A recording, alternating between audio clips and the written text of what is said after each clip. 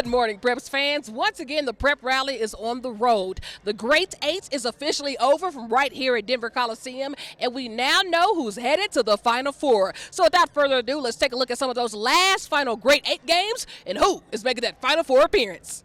You believe you can win yet? All right, let's go. Beat to beat, taking on a one-seed Holy Family, and the Pumas kept it close. Stanford commit Alex Eschmeyer taking it to the hoop and won. But to the end of the half, Sawyer Dana from Holy Family heaves up the half-court shot, and it's good on the buzzer. The Tigers had those shots all day long, but to the player of the game, Essence Contreras, she had her way with any shot she took as the reigning state champs advanced back to the Final Four. Especially in ESL, you have to peak every game. It's not just your peak and you're there. You have to peak every game. So I think we still got a lot to work on. We got a week to prepare for the next team. So I think we're peaking somewhat at the right moment. The number one team on the boys' side, Kent Denver, taking on DSST Green Valley Ranch. And the Raptors started hot. Giovanni Babineau with the strong take just to dump it off to Toby Ozoma. But for Kent Denver, sophomore Caleb Faye was everywhere. This time, passing it to Zach Morgan, who gets the and one, and Sun Devils take it easily. Back to the girls as the University Bulldogs took on the D. Evelyn Jaguars. University with a strong first half. Watch the ball moving as Natalie Trillo drains the three. But hey, the Jaguars would hit from deep all day too. Ingrid Dallo on the wing and with the tray ball. But when the long ball wasn't working, the lane was free as Peyton Marvel puts it back and D. Evelyn heads back to the Final Four. DSST Montview taking on two-seed Resurrection Christian Cougars. And the Cougars started off like a two-seed should. Hot, Cade Crutcher from deep. But here come the Knights. Tegra Congolo on the break, and he gets it to go with the foul. But it wouldn't be enough. Resurrection Christian is headed back to the Final Four, but looking for revenge. We're just happy to be back, and we just came to take care of business, no messing around, and that's just what our plan was. The Riverdale Ridge Ravens of the house taking on the Colorado Academy Mustangs. And you know where we're headed, to the best sophomore in the state, Bree Crittenton, asking for a down low, putting it on the floor, and then the glass through the contact. She had 19 in the first half, too shy of CA's total.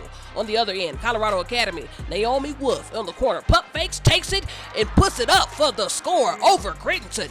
But watch this full cut drive from Brooklyn Charlo, up and under with the right, as Riverdale Ridge wins by 31 and are headed back to the Final Four for a rematch against D. Evelyn. I mean, ever since we left the Coliseum last year, that's been what we've been thinking about on our minds 24/7. So we're excited to play them again. The Lutheran Lions taking on the Riverdale Ridge boys, and the Lions strike first as Hunter Codwell drains the three.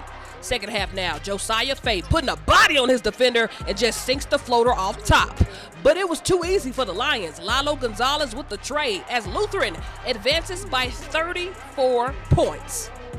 5A hoops as the reigning state champion Roosevelt Rough Riders take on Montrose.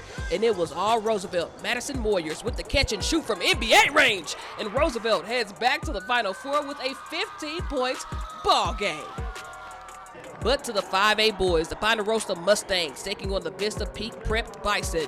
And we'll get straight to it. Vista Peak ball on the baseline take when it's kicked out to Alante Monroe Alazier, who bottoms the three. All right, so Mustang's turn now as Dylan Carsteeder goes downhill and finishes through the contact and one. But the Bison were hungry all night. Monroe Alazier puts us on the spin cycle with the up and under. And for the first time in school history, Vista Peak is headed to the Final Four. It's crazy. It's a dope experience. I ain't gonna lie to you. But hey, we're here. We got 2 more games left. Mark my words.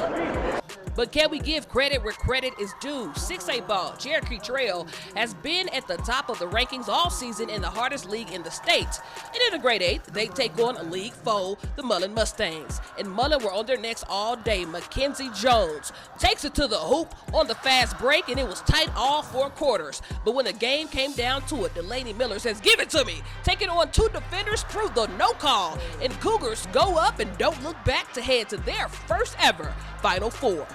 We huddled up together and just like, we got this, ladies. We just got to calm down. First time being here, so it's going to be nerves, and we just had to calm down and get rolling.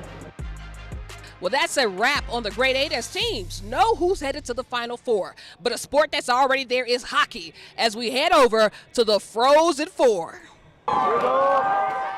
First up, number 1 seed Regis Jesuit taking on the Monarch Coyotes.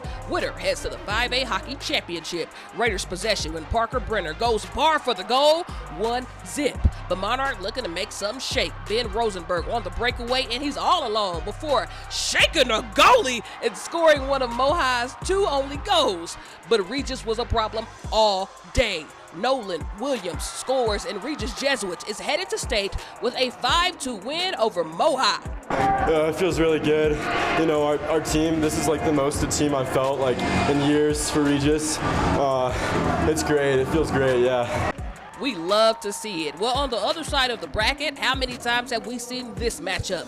Valor Christian taking on Cherry Creek. So, Eagles get the puck first, and it's headed to Andrew Jenkins, who's all alone on a breakaway. He goes backhand top chef and was unstoppable all night. Valor takes down Creek 4-1 as they head to state to take on the Regis Jesuits. Feels great. Back to back. We're going back, baby. We want more. We want more. But before we close out this edition, it is once again time to recognize our honor roll winner. You at home had to vote, and the winner of that vote is Lyman's Caitlin Tacha, who heaves up the half-court shot and hits it at the half. Lyman would lose in the playoffs, but shout out to Caitlin for winning the honor roll in one of her final games this season. Well, that is a wrap at the Denver Coliseum for this weekend. Next weekend, we'll be back. Same place, different time for the Final Four and the state championships. But as always, you can catch that coming up on the Prep Rally, and we'll also have the state hockey finals.